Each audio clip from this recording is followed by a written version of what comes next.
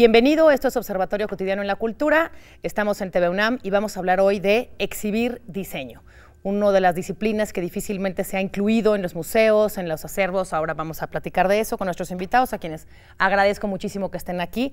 Ana Elena Malet, ¿cómo estás? Bienvenida. Gracias, Anel. Curadora e independiente. Montserrat Castañón, directora de Ángulo Cero. Ahora nos vas a platicar de qué va esta galería. Y Mario Ballesteros, director del Archivo Diseño y Arquitectura. Gracias. Bienvenido. Me gustaría empezar por una pregunta elementalísima, que es: ¿en dónde ubicamos el diseño en el panorama del arte, las artesanías, la producción gráfica?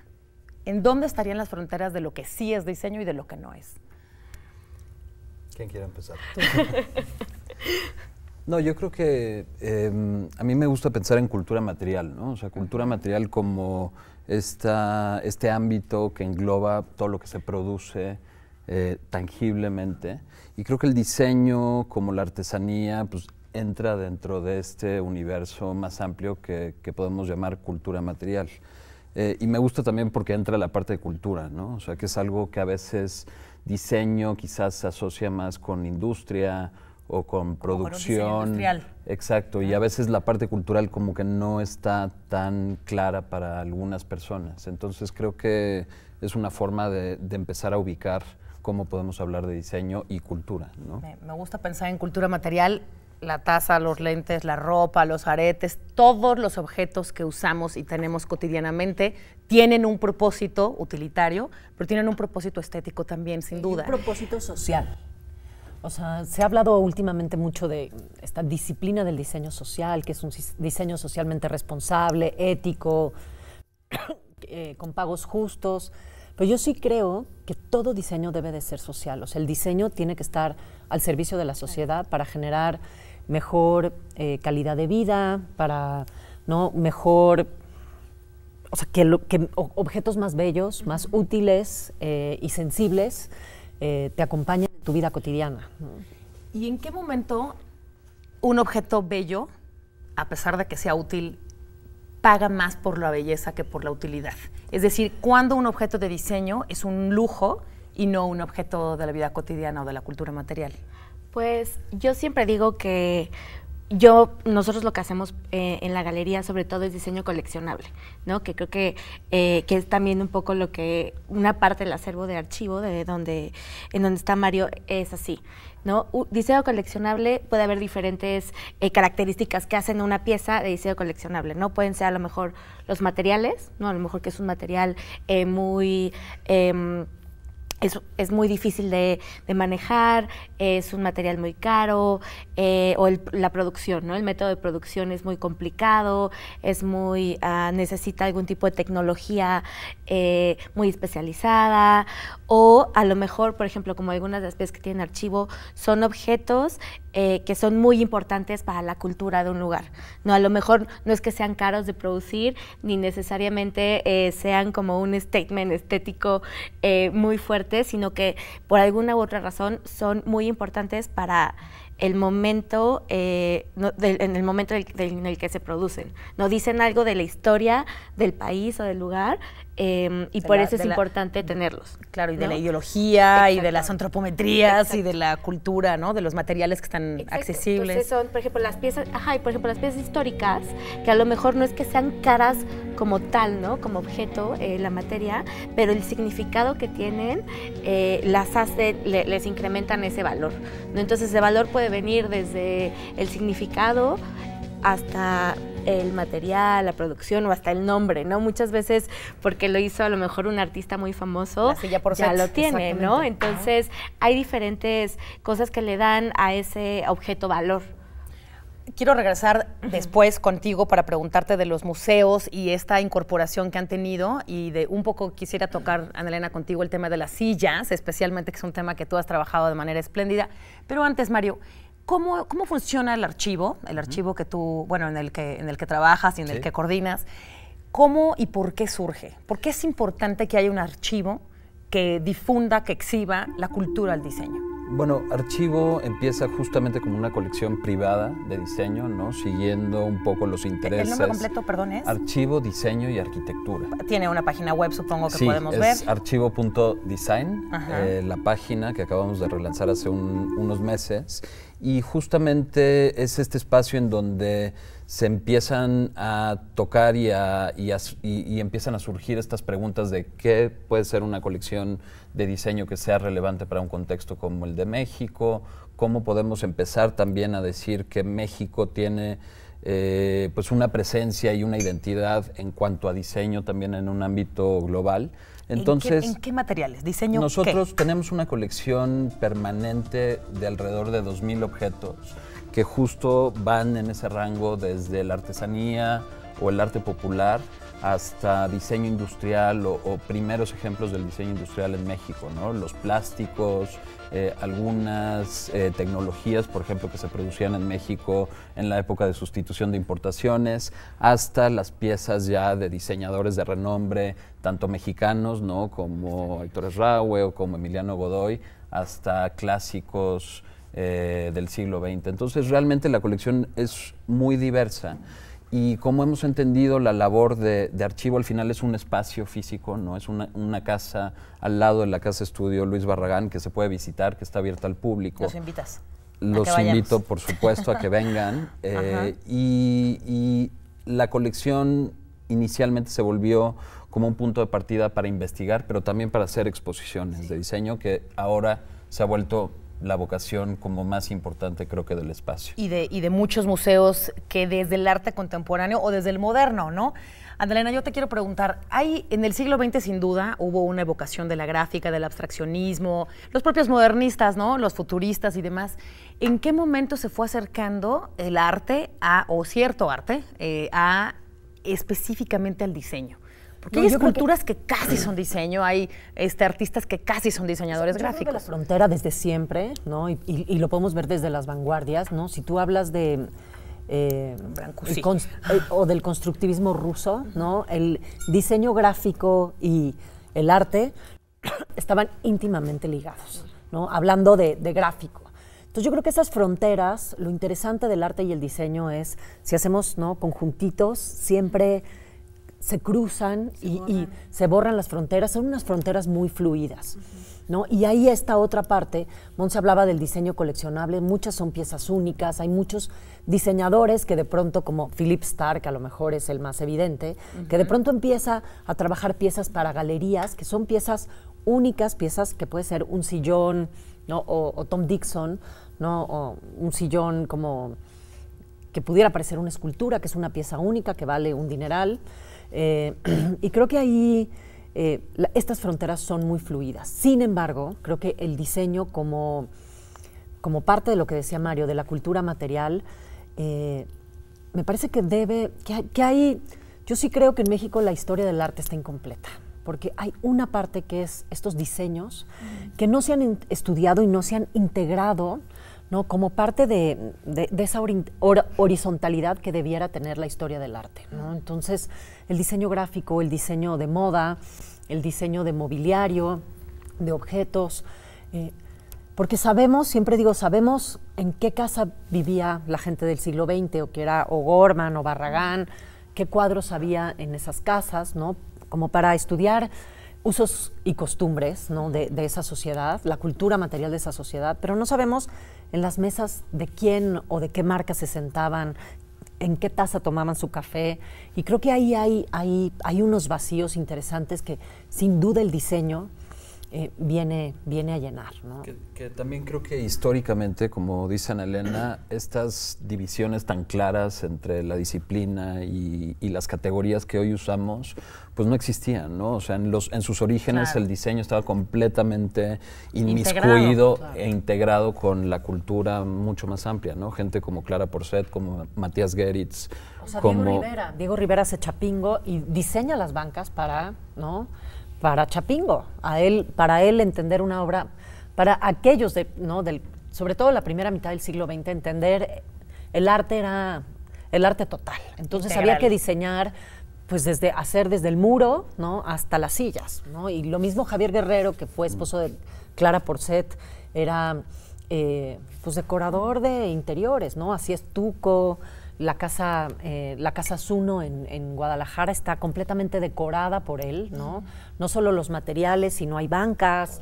Es un concepto integrado. ¿Querías decir algo, Monse? No, que justo las galerías de diseño empiezan porque los galeristas de arte se dan cuenta que a sus clientes, a sus coleccionistas, estaban también interesados, o sea, tenían sus colecciones de arte, compraban sus piezas, y una colección de arte pues es algo personal, ¿no? Cuentas tu historia a través de lo que tú estás coleccionando. Entonces, si es una historia, piensas en que este es un verbo, un adjetivo, ¿no? Vas contando una historia, y lo que une a esa historia, ¿no? Que a lo mejor velo como preposiciones, puntos y comas, son las piezas que complementan tu colección de arte. Entonces los galeristas de arte se empiezan a dar cuenta que sus mismos clientes les empiezan a pedir, oye, este artista puede hacer una mesa, puede hacer una silla, puede hacer no sé qué. Entonces empiezan a comisionarles a los mismos artistas piezas de diseño, ¿no? Y entonces ahí es cuando se dan cuenta que hay un mercado que no estaba... ¿no? Que había ahí un nicho, que había oportunidad, y entonces empiezan esos mismos galeristas a incursionar en la parte de diseño, y es de ahí donde empieza toda esta industria de las galerías de diseño, que ya lo ponen al mismo nivel que el arte. Bueno, y en realidad la idea de exponer diseño en el Museo de Arte Moderno de Nueva York desde principios de los 30, claro, se exhibieron, hubo una muestra muy famosa que se llama Machine Art, que curó Philip Johnson, en donde tenían bujías, motores, hélices, materiales industriales completo, puestas, ¿no?, en pedestales en el Museo de Arte Moderno. Claro. O sea, por ejemplo, esa exposición que hizo Clara Porcet en el 52. ¿En dónde? Primero en el Palacio de Bellas Artes, y luego la movieron, que el Palacio de Bellas Artes entonces era el Museo de Arte Moderno. Así es. Y luego cuando se inaugura aquí el campus de la UNAM en 52, que es el Congreso Panamericano de Arquitectura, y la apertura del campus, Clara Porcet mueve la exposición al Pasillo de Humanidades. Pero en esa exposición la premisa era que había que exhibir artesanía, ¿no? Los autores y pueblos que estaban produciendo artesanía a la par de las industrias que estaban generando diseño industrial. Entonces tú tenías Spratling, pero también los Ábalos, que hacían vidrio soplado en Jalisco, pero también estaba DM Nacional, Pemestil, ¿no? Las ollas de Baskonia. Dejémonos ahí un segundito para volver justo con ese tema en donde hay un entrecruzamiento entre los diseñadores más exquisitos y el artesano más salido de su producción popular y local. Así que no se vaya, regresamos en un minutito. Estamos hablando de exhibir diseño con Ana Elena Malet, con Montserrat Castañón y con Mario Ballesteros. Volvemos en 3 segundos.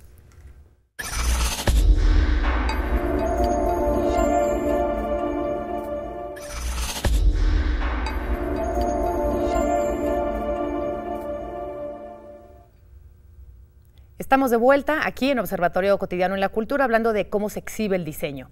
Nos quedamos, Ana Elena, en el Congreso Panamericano de Arquitectos en el 52, aquí en Ciudad Universitaria. Y Clara Porcet, la exposición que hizo se llamó El arte en la vida diaria, objetos de buen diseño hechos en México. Wow. Y la premisa era esa, conjuntar artesanía con diseño, con industria. El mayor artesano podía producir una pieza en conjunto con la industria. Realmente íbamos a generar un vocabulario moderno.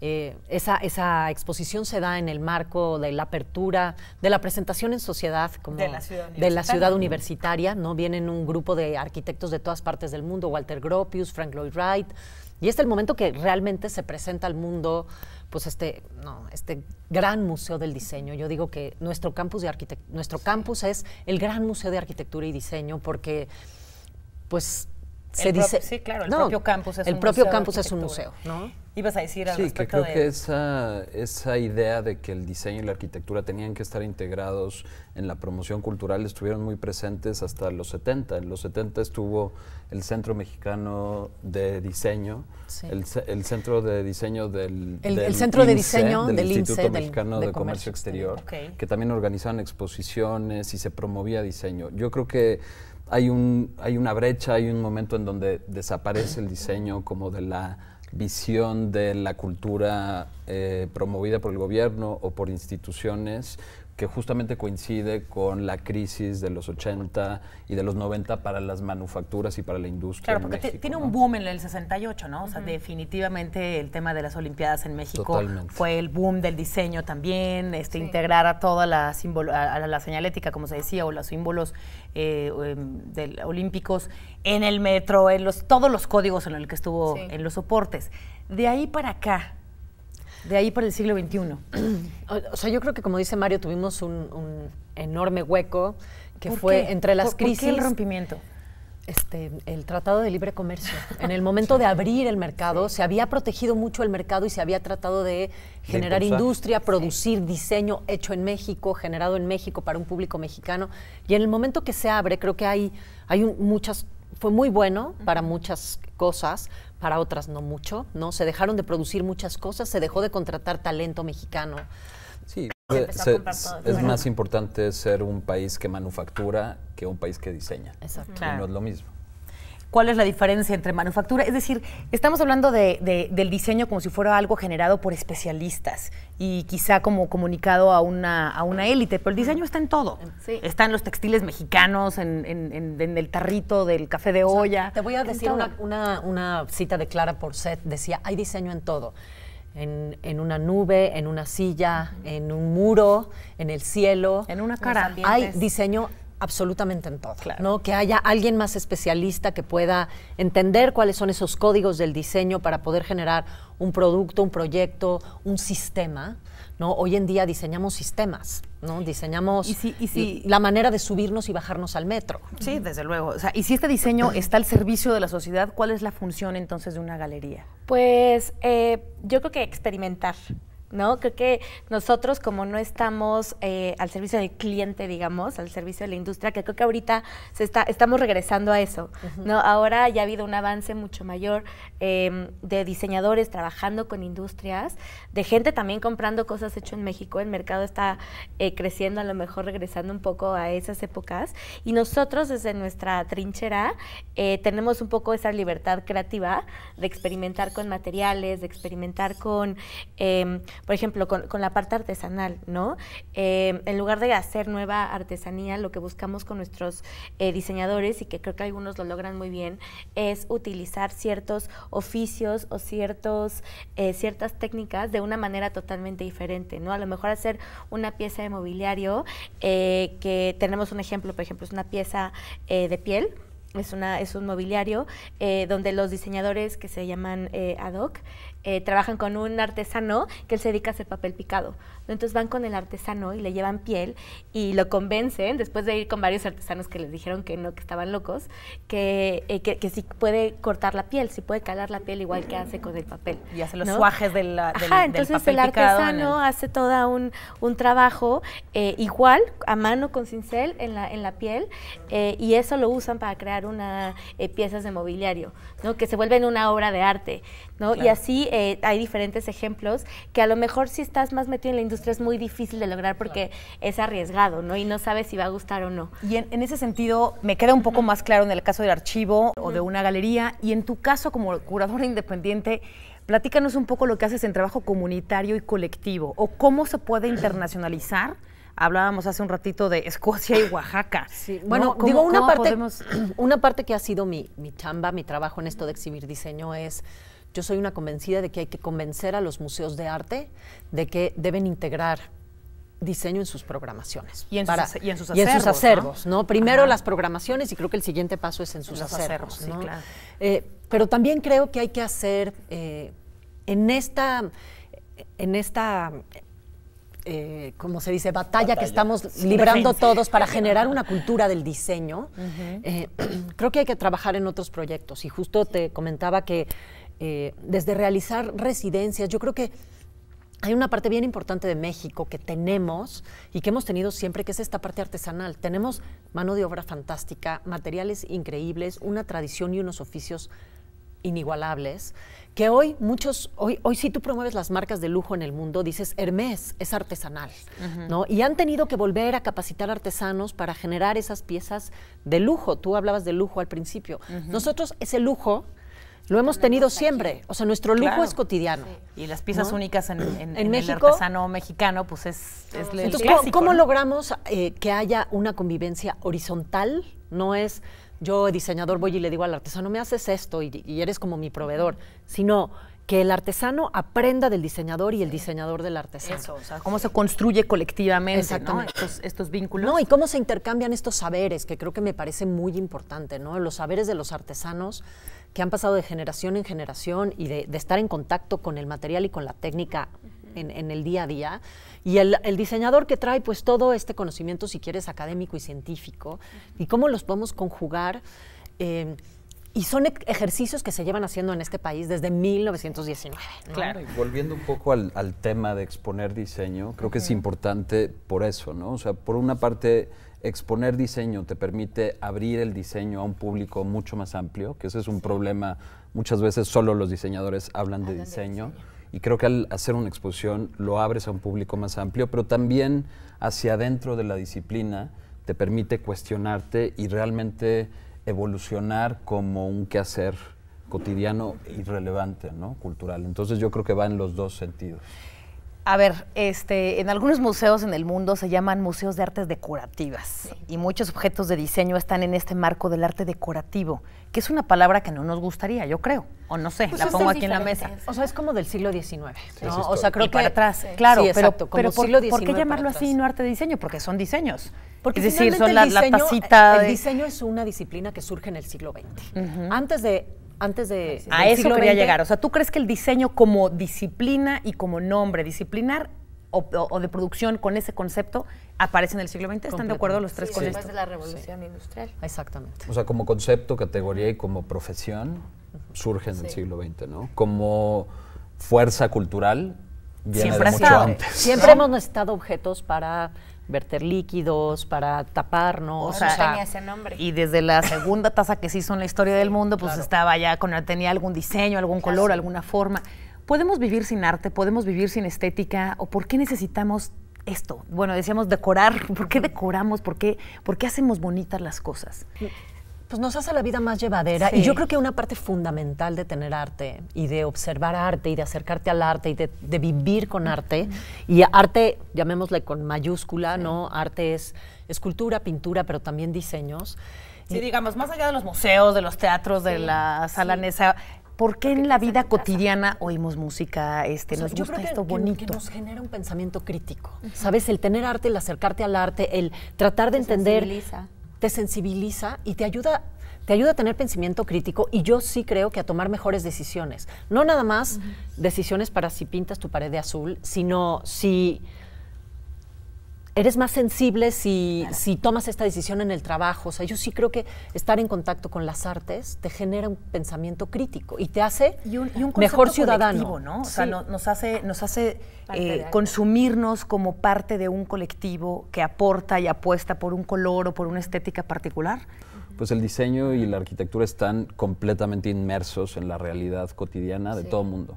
O sea, lo sepamos o no, nos interesa o no, nos afecta todos los días el diseño. Y yo creo que lo importante es también, y la responsabilidad de los diseñadores es hacer conciencia de eso y ayudar al público amplio a entender cómo el diseño nos afecta en nuestra vida cotidiana.